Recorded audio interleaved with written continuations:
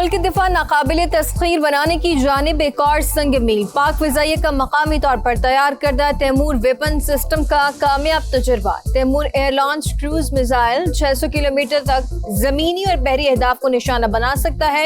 Missile میں دشمن کے فضائی اور میزائل دفاعی نظام کو چکمہ دینے کی بھی بھرپور صلاحیت رکھتا ہے۔ تیمور ویپن سسٹم پاک فضائیہ کی آپریشنل تیاری اور ٹیکنالوجیکل برتری کی علامت ہے۔ کامیاب تجربہ پاکستان کی دفاعی صنعت میں خود انحصاری اور تکنیکی مہارت کا ثبوت ہے۔ Air chief marshal Zaheer Ahmed Babar Sidhu کی سائنسدانوں اور پاک فضائیہ کی ٹیم کو مبارکباد۔ کامیابی قومی دفاع کو مضبوط بنانے کے عزم کی عکاس قرار۔ وینزویلا کے دارالحکومت کراکس میں متعدد دھماکے۔ روسی میڈیا کے مطابق امریکی طیاروں نے مختلف مقامات پر بمباری کی ہے، دفاعی ہیڈ کوارٹرز کو بھی نشانہ بنایا۔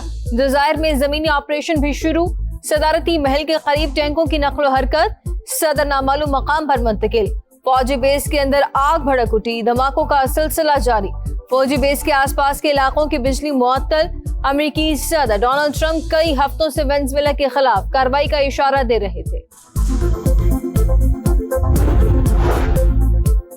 بھارت میں اقلیتوں پر زمین تنگ، مسیحیوں اور مسلمانوں پر ہندو انتہا پسندوں کے حملے معمول۔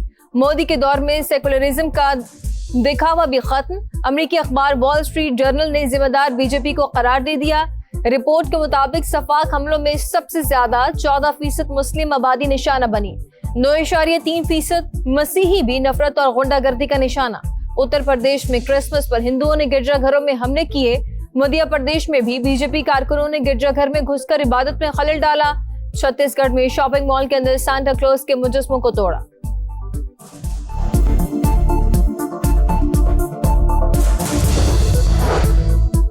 سنتاس معاہدہ بین الاقوامی ذمہ داری، ایک طرفہ خلاف ورزی ناقابل قبول۔ اپنے آبی حقوق کے تحفظ کے لیے تمام ضروری اقدامات کرے گے پاکستان کا اعلان۔ بھارتی وزیر خارجہ کے غیر ذمہ دارانہ اور بے بنیاد الزامات مسترد۔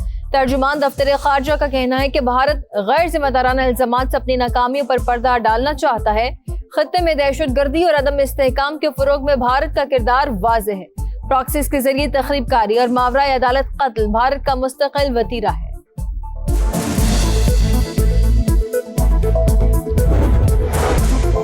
ریاستی اداروں پر گمراہ کن الزامات۔ وزیر اعلیٰ خیبر پختونخوا سہیل آفریدی کے ناقابل ضمانت وارنٹ گرفتاری جاری۔ اسلام آباد کی عدالت کا سہیل آفریدی کو گرفتار کر کے 17 جنوری کو پیش کرنے کا حکم۔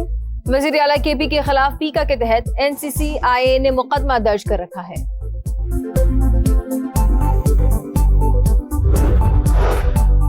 ناقص انفراسٹرکچر، ٹوٹی پھوٹی سڑکیں، سیوریج نظام کا برا حال، فیصل آباد والوں کا جینا محال۔ گلیاں ہوں یا محلے، ہر طرف گندا پانی اور گندگی کے ڈھیر۔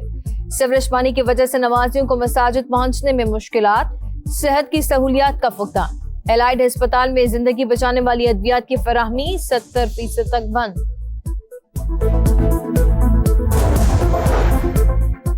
اور سیوریج کا ناقص نظام، گندے پانی سے گھیرے علاقے، فیصل آباد کی مظفر کالونی کے شہریوں کا جینا دو بھر۔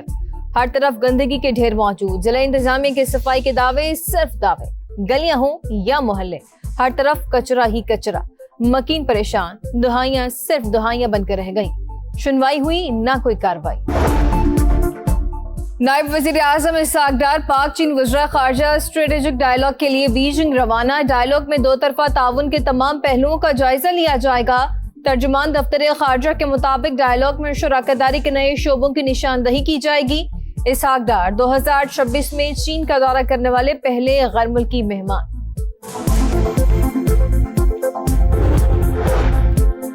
نائب وزیر اعظم اسحاق ڈار کا سعودی وزیر خارجہ فیصل بن فرحان سے ٹیلی فونک رابطہ، خطے کی تازہ ترین صورتحال پر بات چیت۔ اسحاق ڈار کا کہنا تھا تمام متعلقہ اسٹیک ہولڈرز کو کشیدگی بڑھانے کے اقدامات سے گریز کرنا چاہیے۔ علاقائی امن و استحکام کے لیے مسائل کو بات چیت اور سفارتکاری کے ذریعے حل کرنے پر زور۔